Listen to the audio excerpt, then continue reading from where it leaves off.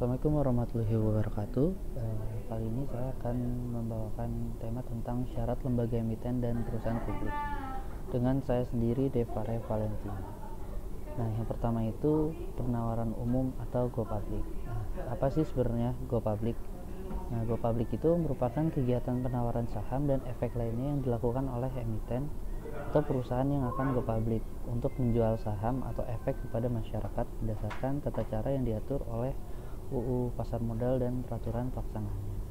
Nah, untuk go public juga tentunya perusahaan itu perlu melakukan persiapan internal dan beberapa dokumen sesuai dengan persyaratan sebagai go public atau penawaran umum, serta memenuhi semua persyaratan yang telah ditetapkan oleh Bapepam LK. Nah, di sini beberapa persyaratannya mencakup periode pasar perdana, kemudian juga ada pendataan saham, dan juga ada pencatatan efek di bursa. Ini hal-hal yang harus dipersiapkan oleh calon emiten dalam rangka penawaran umum. Yang pertama itu persetujuan pemegang saham pendiri melalui RUPS. Kemudian yang kedua menunjukkan penjamin pelaksanaan emisi atau underwriter serta lembaga dan profesi penunjang pasar modal untuk membantu mempersiapkan seluruh dokumen yang diperlukan.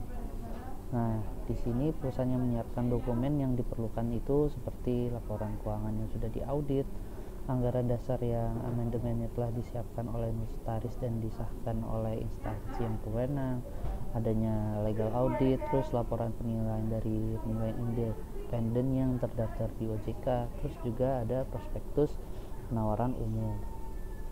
Nah, kemudian manfaat dan konsekuensi go public. Nah, ini beberapa manfaatnya itu kayak memperoleh sumber pendanaan baru, memberikan keunggulan kompetitif untuk pengembangan usaha dengan menjadi perusahaan publik, kemudian bisa melakukan merger atau akuisisi perusahaan lain dengan pembiayaan yang melalui penerbitan saham baru, sebagai peningkatan kemampuan going concern, terus meningkatkan citra perusahaan, dan juga tentunya meningkatkan nilai perusahaan. Nah, kalau konsekuensinya, yaitu jelas berbagi kepemilikan. Nah, yang hal ini itu bisa dikatakan bahwa persentase kepemilikan itu akan berkurang. Banyak perusahaan yang hendak go public itu merasa enggan karena khawatir akan kehilangan kontrol atau kendali perusahaan. Kemudian yang kedua itu mematuhi peraturan pasar modal yang berlaku. Nah, di sini kan pasar modal menerbitkan berbagai peraturan. Nah, semua ketentuannya itu dasarnya justru akan membantu perusahaan untuk dapat berkembang dengan cara yang baik di masa mendatang.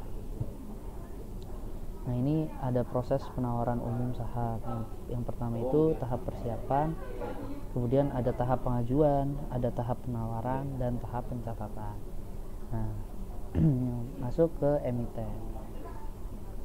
Ini definisi emiten itu merupakan pihak yang melakukan penawaran umum, intinya perusahaan.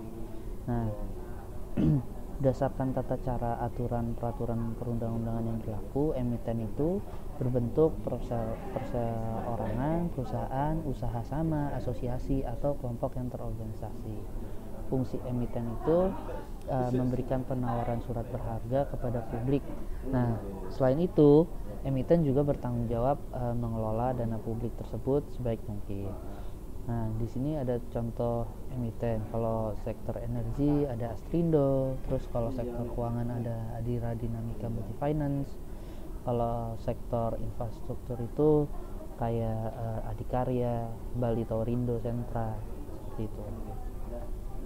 Kemudian saham. Nah, saham itu merupakan tanda bukti penyertaan pemilikan modal pada suatu perusahaan. Saham atau stok itu salah satu instrumen pasar uang yang paling populer saat ini. Menerbitkan saham juga merupakan salah satu pilihan perusahaan ketika memutuskan untuk pendanaan perusahaan.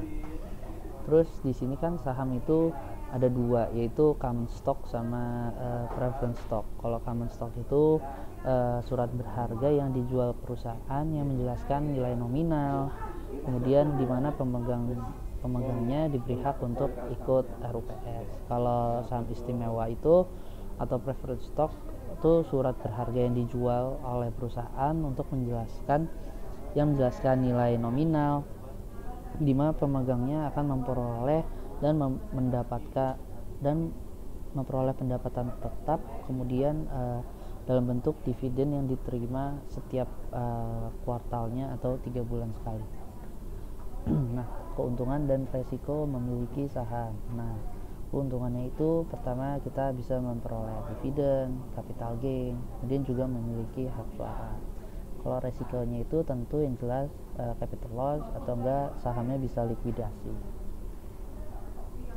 Masuk ke pelaku pasar saham. Nah, di sini pelaku pasar saham itu ada 3. Yang pertama itu emiten, underwriter atau penjamin, kemudian ada broker atau pialang. Nah, di sini beberapa contoh saham yang ada di Indonesia ya, kayak BNI, perbankan, BRI, Antam, pertambangan, kemudian ada Unilever, Telkom, Indofood, BCA, Adaro, kemudian ada Semen Indonesia.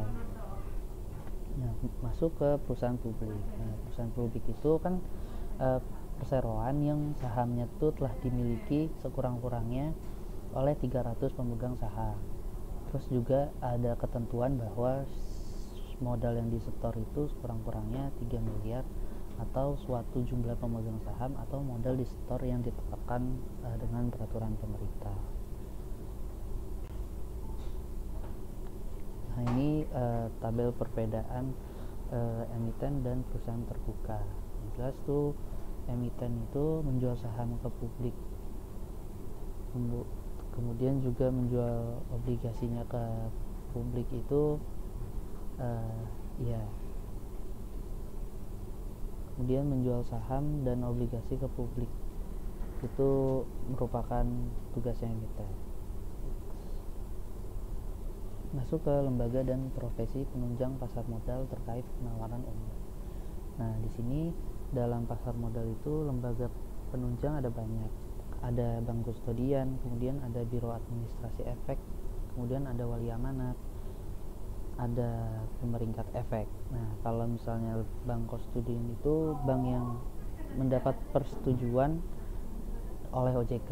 Nah, kalau biro administrasi efek itu perseroan yang menyelenggarakan kegiatan usaha berdasarkan kontrak dengan emiten untuk pencatatan kepemilikan. Nah, kalau wali amanat itu pihak yang mewakili kepentingan pemegang efek, bersifat bisa utang atau sukuk, seperti itu.